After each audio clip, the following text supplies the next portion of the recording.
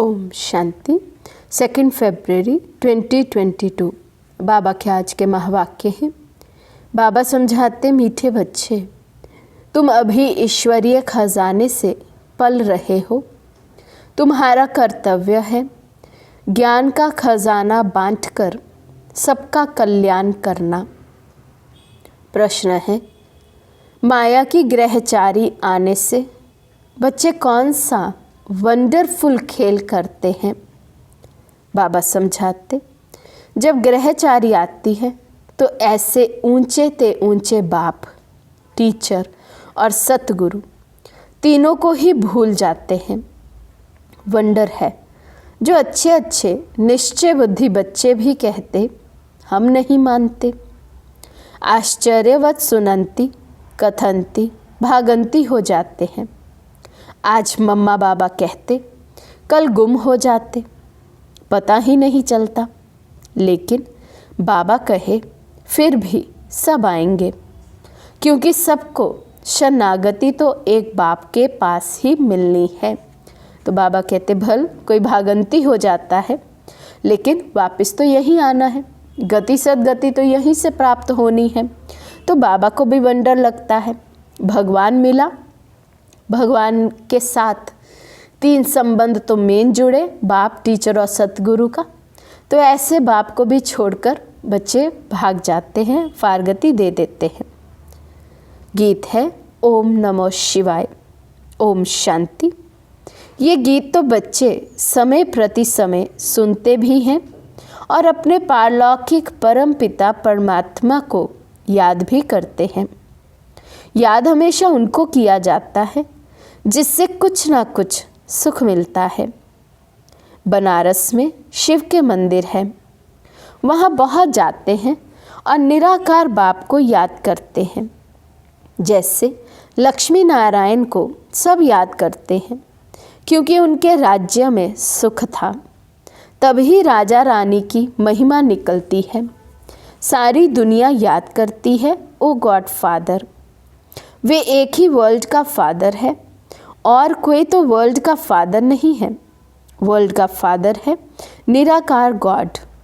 उस एक को ही अवतार अर्थात रीइनकार्नेशन भी कहते हैं।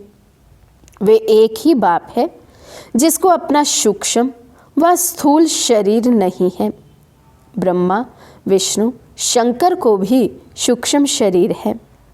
उनको भी अवतार नहीं कहेंगे। अवतार अक्षर बहुत ऊंचा है। वे सबका बाप, सबको सुख देने वाला पतित पावन है। सर्व मनुष्य आत्माएं जो भी आती हैं, वे पहले सतो प्रधान, फिर सतो रजो तमो में आती हैं। उनको पतित दुखी होना ही है। पुनर्जन्म तो सब लेते हैं ना। ब्रह्मा को भी मनुष्य कहा जाता है। विष्णु के दो रूप लक्ष्मी नारायण को भी मनुष्य कहा जाता है। तो उनको भी हम अवतार नहीं कह सकते हैं। अवतार तो सिर्फ एक ही है। बाप आते ही हैं बच्चों को वर्षा देने। आते भी तब हैं जब सारी दुनिया पतित हो जाती है। जो भी मनुष्य मात्र है, सब गॉड फादर की रचना है। भिन्न नाम रूप से सब गॉड फादर ज़रूर कहते हैं। हर एक आत्मा की बुद्धि उस बाप को याद करती है। ऐसे नहीं ब्रह्मा, विष्णु, शंकर को याद करते हैं। ब्रह्मा, विष्णु, शंकर को बाप नहीं कहेंगे। बाप तो एक क्रिएटर को ही कहेंगे। जब संगम युग होता है, सभी मनुष्य पतित हो जाते हैं, तब बाप अवतार लेते हैं। कल्प के संगम युग पर कलयुग को सतयुग बनाने, क्रिएटर है ना, दिखाते हैं। ब्रह्मा द्वारा स्थापना कराते हैं, शंकर द्वारा विनाश, विष्णु द्वारा पालना कराते हैं। आते भी हैं भारत में। शिवरात्रि भी भारत में ही मनाई जाती है, परंतु जानते नहीं कि शिव का नाम, रूप, देश, काल क्या है।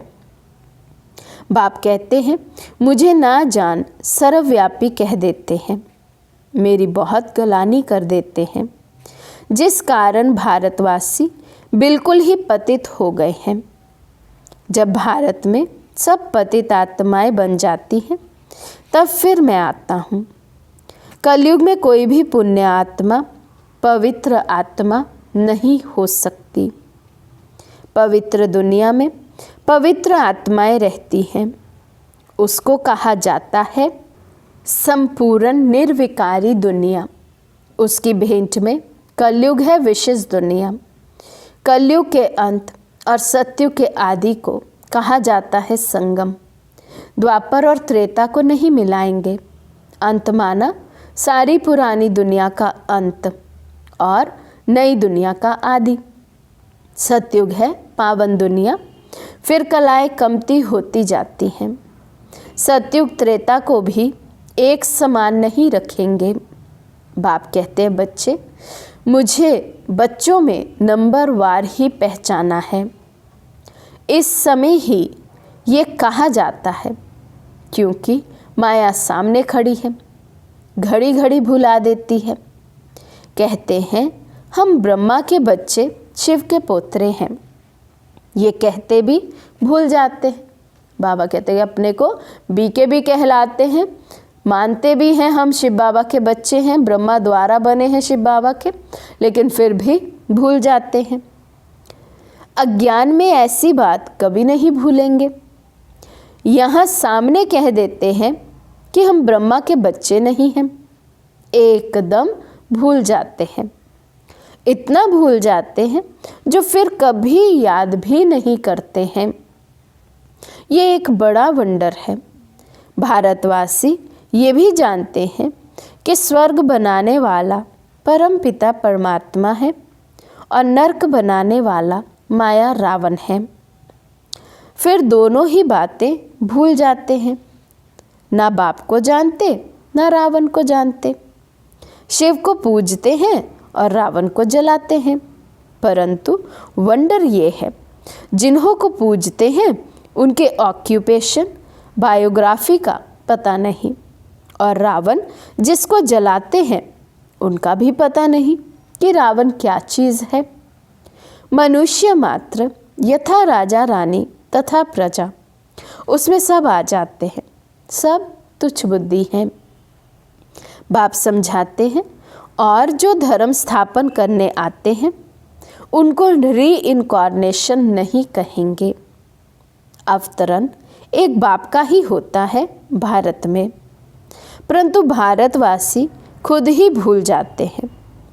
भल परमपिता परमात्मा की पूजा करते हैं, परंतु वे कब आया, क्या किया, कुछ भी जानते नहीं। ना बाप को, ना रचना के आदि मध्य अंत को जानते हैं, न देवी देवताओं की बायोग्राफी को जानते हैं। इसलिए ही दुखी हैं। भारतवासी पहले कितने सुखी थे, बिल्कुल ही विश्व के मालिक थे। अब वे भारतवासी ये नहीं जानते कि हम सब पावन श्रेष्ठाचारी थे।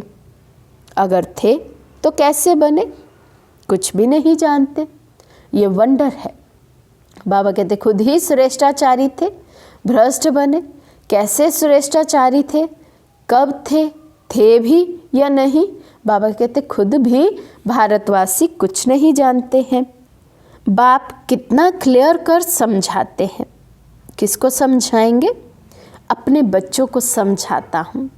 बाप बन कर आए हैं तो बाबा कहते और किसी को थोड़ी समझाऊंगा, जो अपने बच्चे होंगे उन्हीं को समझाऊंगा।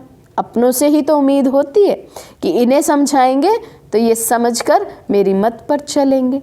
तो बाबा भी हमें ऐसे ही समझाते हैं। बच्चों को ही सामने प्रत्यक्ष होता हूँ, परंतु बच्चे भी प्रत्यक्ष हों मम्मा बाबा कहकर फिर भूल जाते हैं। यही वंडर है। अज्ञान काल में कभी बाप, टीचर, गुरु को भूल ना सके। यहाँ ये पारलौकिक बाप जो इतना बड़ा है, जो सब दुख दूर करते हैं, उनको भूल जाते हैं। तब कहा जाता है आश्चर्यवत सुनंती कथंती अहो मम माया, तुम कितनी प्रबल हो। बेहद बाप के बनंती टीचर समझ उनसे पढ़ते हुए पतित पावन सतगुरु पक्का समझते हुए फिर तीनों को ही भूल जाते हैं। एक को भूले तो तीनों को ही भूले, एक को याद करो तो तीनों ही याद पड़ेंगे, क्योंकि ये तीनों ही कंबाइंड है। खुद ही बाप, टीचर और सतगुरु है, सो भी एक्यूरेट हैं। कहते हैं मैं बाप हूँ, तुमको ज़रूर अपने परम धाम में ले जाऊँगा। मैं तुम्हारा शिक्षक हूँ, पढ़ाकर तुमको ज़रूर राजाओं का राजा बनाऊँगा। मैं सतगुरु हूँ, तुम बच्चों को नंबरवार पुरुषार्थ अनुसार सबको वापस ज़रूर ले जाऊँगा। ये गारंटी करते हैं। ऐसे बाप को भी चलते चलते भूल जाते हैं। माया की ग्रहचारी ऐसी है जो आज कहेंगे बाबा, कल कहेंगे हमको संशय पड़ता है। ऐसे ही होता रहता है। हाँ, कोई तो फिर अंत में आकर वर्षा लेंगे, ग्रहचारी उतरेगी तो आ जाएंगे।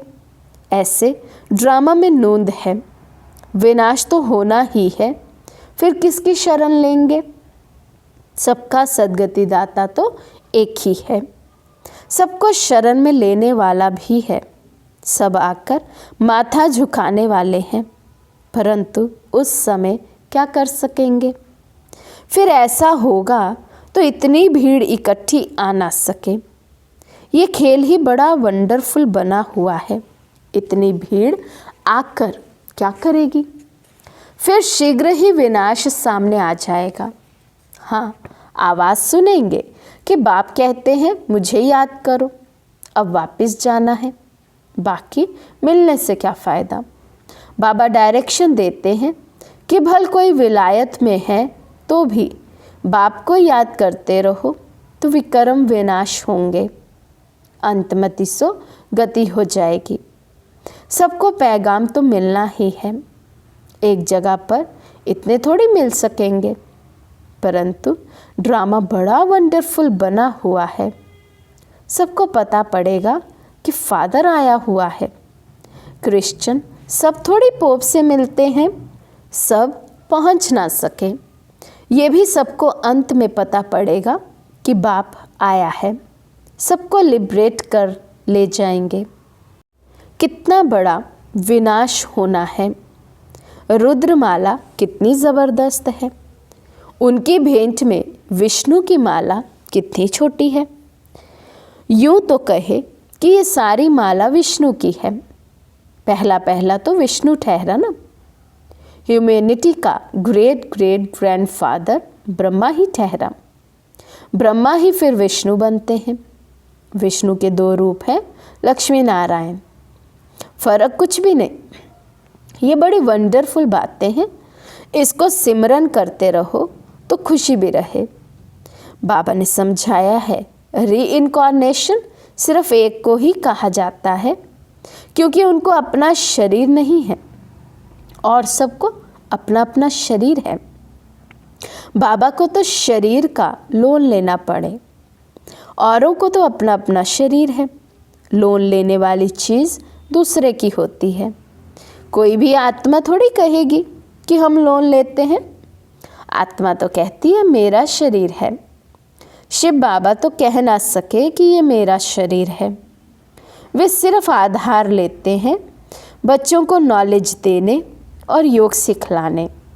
बच्चे भी जानते हैं कि बाबा ने आधार लिया है, फिर भी घड़ी घड़ी भूल जाते हैं, देह अभिमानी बन जाते हैं, तो वे रिगार्ड गुम हो जाता है।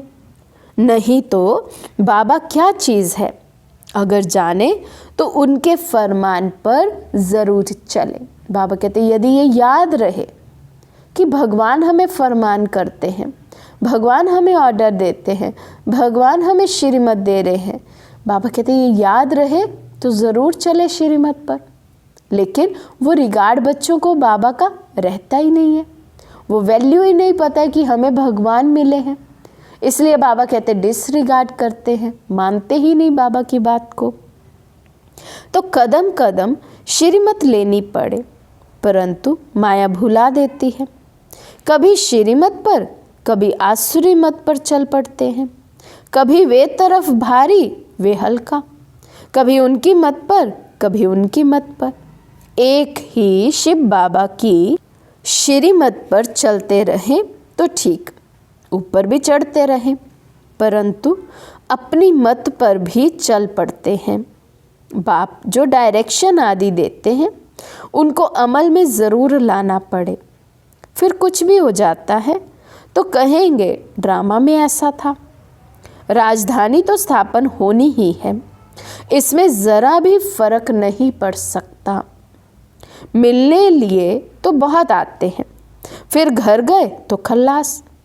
पूरे निश्चय से थोड़ी आते हैं, कोई तो 5% निश्चय है तो कोई को 15%। अज्ञान काल में जब पता लग जाता है ये मेरा चाचा है, मामा है, तो फिर संशय थोड़ी पड़ता है। यहाँ तो माया संशय में लाकर गिरा देती है, गोया निश्चय बैठा ही नहीं है। निश्चय बैठे बैठे भी फिर गुम हो जाते हैं। वंडर है ना। ये एक ही बाप टीचर सतगुरु है। हर एक नंबरवार पुरुषार्थ अनुसार कल्प पहले मुआफिक उठाते हैं। कल्प पहले जिसने जितना वर्षा लिया है, हर एक की वही एक्ट चल रही है। इस समय हम ब्राह्मणों की माला नहीं बन सकती, क्योंकि ग्रहचारी आती रहती है तो टूट पड़ते हैं। फिर प्रजा की माला में आ जाते हैं। प्रजा में भी कब कैसे माला है तो ज़रूर।